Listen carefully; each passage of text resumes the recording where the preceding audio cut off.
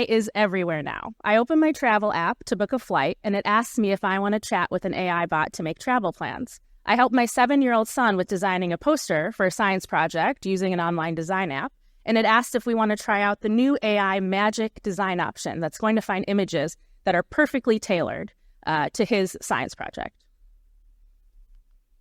Most of us, whether we know it or not, use AI-powered apps daily. Children around the world are no different. They are well-versed users of AI. Take, for example, my 3-year-old daughter. She converses daily with Amazon's Alexa, the voice assistant.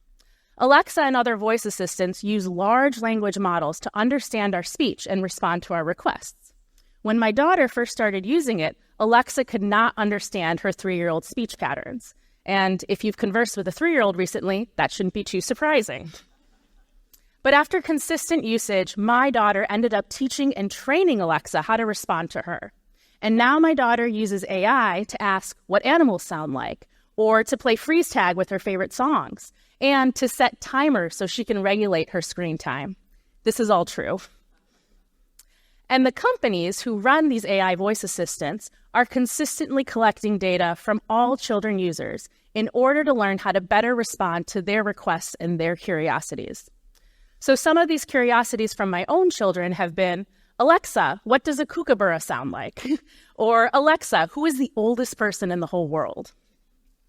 And it's not just AI voice assistants.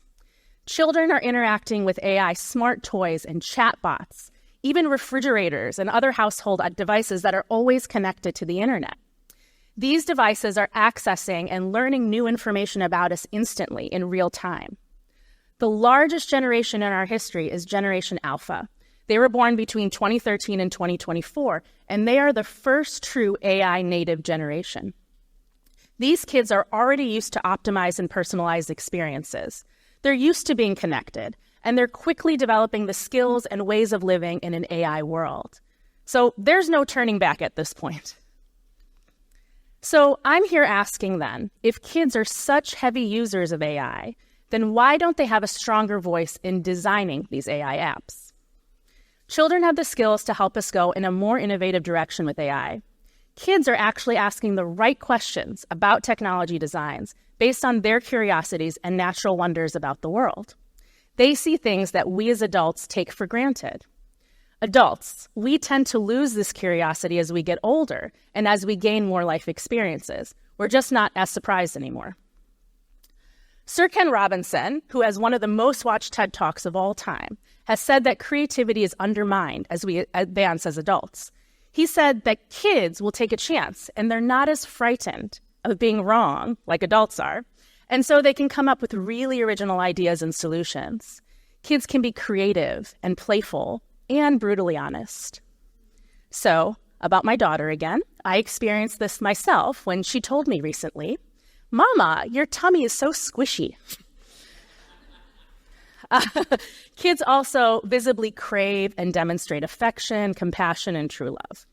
So after my daughter made that statement about my tummy, she also said, "And I love to lay on it, and I love you." Okay, but what I'm here to say is that these skill sets that children bring to the table are actually a perfect fit for the innovative design of AI apps. In my research work in after-school centers in upstate South Carolina, this is exactly what we are seeing. When given developmentally appropriate tools and some foundational guidance and education and the space to get wildly creative, kids as young as 8 years old are able to build their own AI app prototypes in ways that are meaningful for them and for their communities. I was the director of the IDEA Lab research group here at Clemson University for 5 years. And for one of our studies, we asked that kids write or draw a superhero robot story. And we asked them to imagine an AI robot that has remarkable capabilities. And then we let them go wild with their imaginations. Here's one example from a 9-year-old, Kelsey. Now, if you don't speak fluent kid, this could be difficult to read. So I'm going to translate this for you. She said, "This is Roly-Poly the bot. He loves Clemson. Go Tigers." We call him Roly-Poly because he rolls around the city to clean, and he can freeze time to stop bad things. And the bad things are people having car crashes and from littering. I will stop COVID-19 and cancer. Okay, so that last part, especially ambitious, right?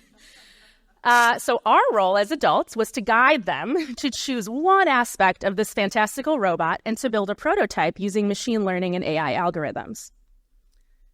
And this particular example from Kelsey was in 2021 in the middle of the global pandemic. So she ultimately created a robot that could go to the grocery store for people who felt unsafe to leave their homes. Using existing large language models, she programmed her robot to respond to speech commands, and specifically for the kind of foods that her family and her community would need. When she tested the robot, she gave it a command like, "We need chicken and potatoes." And the robot would recognize the keywords of chicken and potatoes and begin the journey to the store. And this was, of course, a prototype, so it didn't actually go to the store to get chicken and potatoes, but the robot would respond and move according to the voice command that Kelsey programmed herself. It actually worked, and she was able to do it in just a few weeks. Kelsey ended up winning the Most Helpful Robot Award at the competition that was held at the after-school program. Now, I'm not showing her face for her safety and privacy, but I can assure you that there's a little girl there with a gigantic smile, and she was 9 years old at the time. Now, there was another girl who designed with us, Latoya. She was 10 years old, and she was really concerned with preschool-age children who may not have access to consistent education and learning tools. So Latoya told us about her younger cousin whose parents had passed away, and her cousin had to move often and didn't have access to consistent education. So during one of my discussions with her, she said, "I thought to myself, this could be happening to multiple other kids all over America. And so I thought, well, maybe I could make a machine that could help kids with that." So she narrowed down her big idea for her prototype, and she programmed the robot to recognize colors through a webcam to help to teach younger children to recognize their colors. With her app, young children could show any object to the camera, and the app would tell the child the most prominent colors in the object. So Latoya really impressed me because she quickly developed a clear understanding of how machine learning image classification actually worked. And she had this added concern about the data that she was using to train and teach her machine. She told us she had to repeatedly train and test the application several times using different shades and lightings and textures to get it to work properly. She had a good understanding of how the data that we choose when we design our apps can have consequences beyond just not functioning. She was concerned about fairness and bias in AI. She noted that other kids in the after-school program would train their apps with limited data. So, for example, she noticed that one child had developed an app to read emotions on a person's face, and the child had only trained the app using data from his own face. So when Latoya tested it, it didn't work for her. So Latoya emphasized that she wanted to test her app on different objects and different faces to ensure that it didn't exclude any child from using her app to learn their colors. At the end of our time together, I asked Latoya if she wanted to design more AI apps and if she had any ideas for new technologies. She had tons of ideas, lots of them. One of my favorite was an AI-powered garden. Her idea was to add sensors to trees and plants so that they could sense the air and, in her words, connect to the atmosphere. So her idea was that the AI could augment the plant's abilities to provide cleaner air. And that idea sounded very promising to me.